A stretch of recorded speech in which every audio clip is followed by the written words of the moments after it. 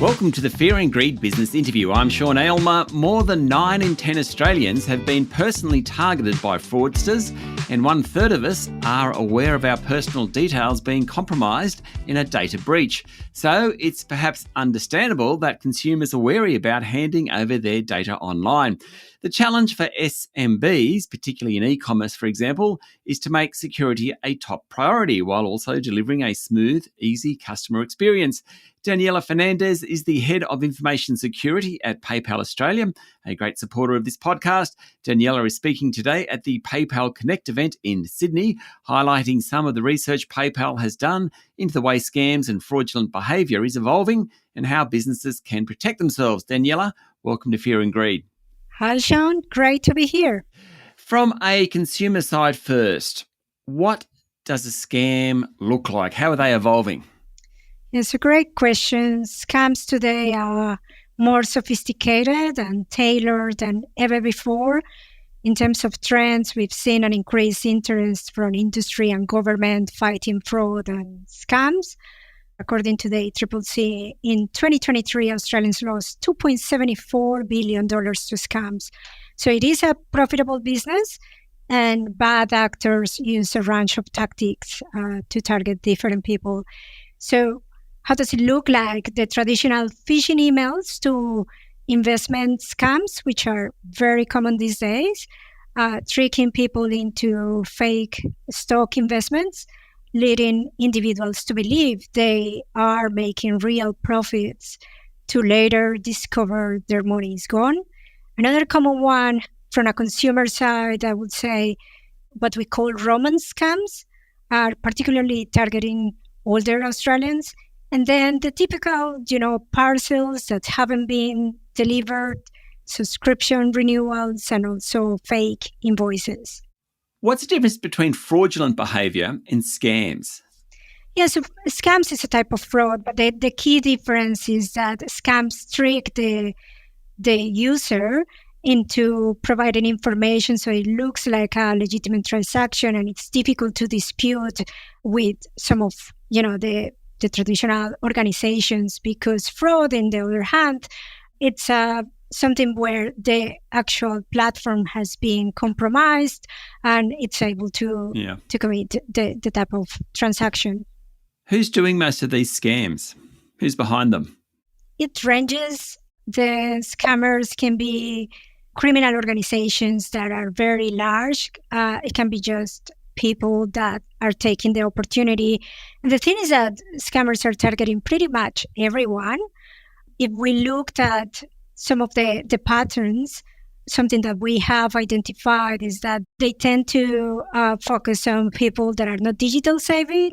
So, for example, older generations, as well as children, they tend to also manipulate the challenges of linguistic, people from different demographics that potentially are more prone to fall for those scams. Yeah. Okay, so let's move to the merchant perspective. The cost of living crisis means small and medium-sized businesses are working really hard to attract customers. They have to. They can't afford to lose money to fraud and scams. How big a problem is it on the merchant side? Yeah, it definitely matters for small and medium businesses because they are a good target as they do not have the same resources as large enterprises to invest in security protections and detection tools. And of course, the financial and reputational impact of a single scam or a data breach can be pretty staggering for SMBs, merchants. Last year's cyber threat report published by the Australian Signals Directorate showed that the average cost of cybercrime for small businesses was around $46,000 per incident. So if we think about SMBs operating on tight budgets, these kinds of losses can really hurt, leading to potential layoffs or shutting down the business altogether. And from a reputational risk perspective, if a business falls victim to a scam, that impacts the reputation a lot. And on top of that, when an SMB falls victim of a scam, there could also be a huge impact on the disruption of the business comes trying to recover from the incident, taking away resources, for example, from day-to-day running of the business itself while handling the aftermath of a scam. What are the types of scams that the people are running against merchants at the moment? Yeah, so they range from, as I mentioned before, the phishing emails for fake invoices. One very common that we have seen is what we call the business email compromise. So in this case, when scammers sneak into an email thread or impersonate a vendor and send fake invoices, small businesses manage a lot of invoices. If one fake slips through, it can cost thousands before anyone notices. And with most transactions happening now online, these scams are happening more often. Another classic is, again, if we go back to phishing, it seems like it's never going away.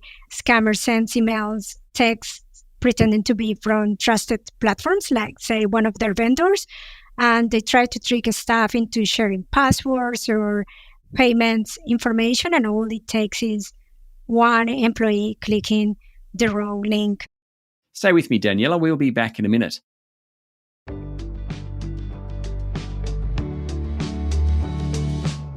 I'm speaking to Daniela Fernandez, Head of Information Security at PayPal Australia.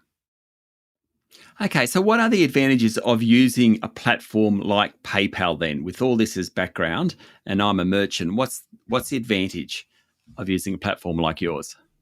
Yeah, so particularly for PayPal, because PayPal has a relationship with both customers and merchants, and we operate in over 200 markets with a network of more than 400 million users, over 30 million merchants globally. We have a huge data set across our two-sided network, so we are able to see, what merchants are doing as well as consumers. And these help us to block payment fraud and address online crime. Every customer transaction is monitored and heavily guarded behind our advanced encryption to help prevent fraud and identity theft. And particularly now with for SMBs that have a presence online, if they use e-commerce platforms like PayPal that have fraud protection, dispute automation, allowing chargeback management across payment processors, and also something that we call 3D secure capabilities, which allow merchants to enable two-factor authentication during transactions to help reduce fraud. Also, with 3D Secure, through our PayPal Complete Payments, the liability for chargebacks can be shifted from the merchant to the card issuing bank, for example. Okay, there's a lot in that. How do you think businesses think they're doing? So what you say, Danielle, makes sense to me. But if I'm running a business, do most businesses think they're doing the right thing? Or is it something that bites them eventually and they realize they haven't been doing the right thing? Yeah, so it's an interesting question, Sean. There seems to be a disconnect between consumer perceptions about how well businesses can protect them online and how actually business feel they're doing in this regard. So based on our research, only 28% of Australian consumers believe that Australian businesses can keep their data safe, while on the other side, 68% of businesses claim that they're good at protecting their customers' personal information. Now, what I would say is that the good thing is that nearly all Australian businesses have taken steps to strengthen their cybersecurity practices, with the top actions, being backing up their data, enabling multi-factor authentication, and obviously encouraging employees to treat calls or emails and texts with more suspicion. One final question.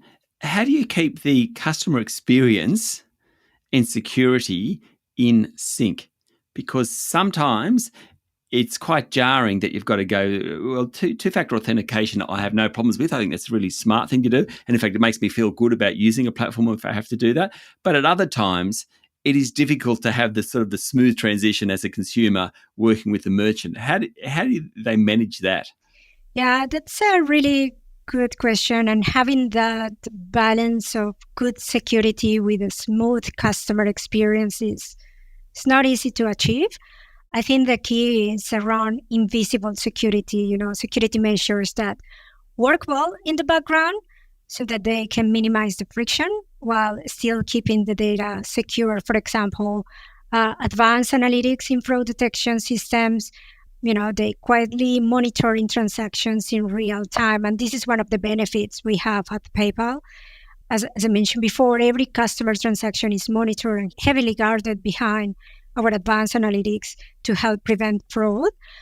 I also am very proud that now we offer the option to our users to log in using passkeys, which is a passwordless solution as a more secure method of authentication without the hassle of remembering the complex passwords, because we know now that passwords one of the big issues in terms of security.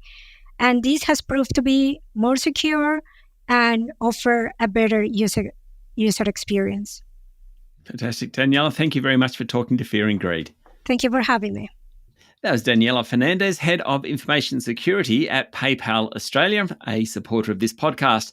This is the Fear and Greed Business Interview. Join us every morning for the full episode of Fear and Greed, business news for people who make their own decisions. I'm Sean Aylmer. Enjoy your day.